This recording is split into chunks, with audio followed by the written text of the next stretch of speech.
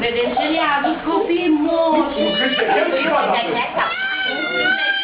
Să moșii îl vedeți. Să ridicăm și să-i ducem la mine să avem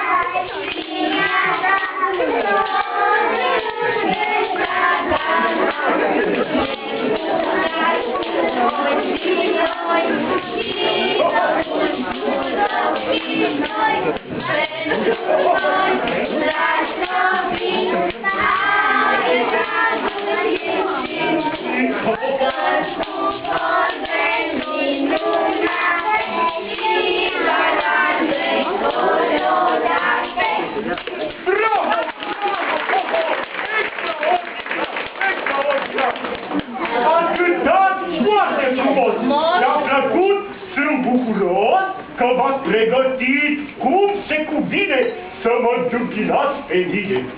Safule, scoate îndată cartea mea cea fermecată și citește în ea fiecare copilaș. Da.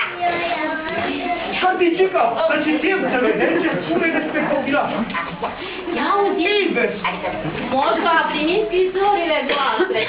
Da, foarte frumos și desene frumos. Poți să vezi acolo, te rog eu pe oatare, dacă ești trecut, să verifici un pic așa că n-a la urechea lui. Hai, să mă ajut să mă ridic, așa, așa. Mulțumesc mult, ce drăguță ești.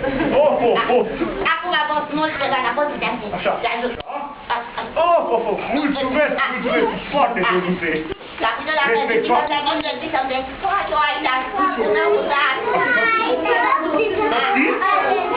Uite ce fac.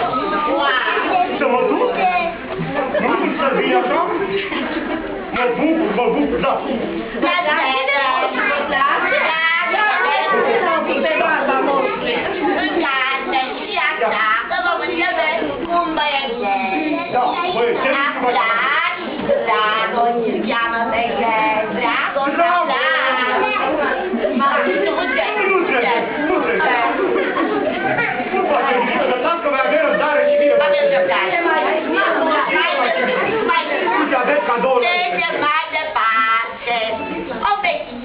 Andone, Flaminia.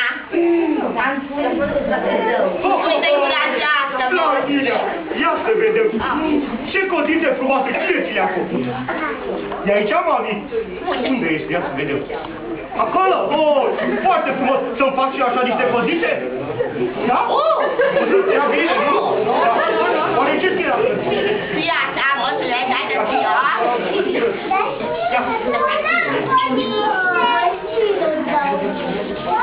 Bravo, bravo! Nu poate, nici eu n-am codițe, dar aici foarte frumos. Asta îmi place foarte mult.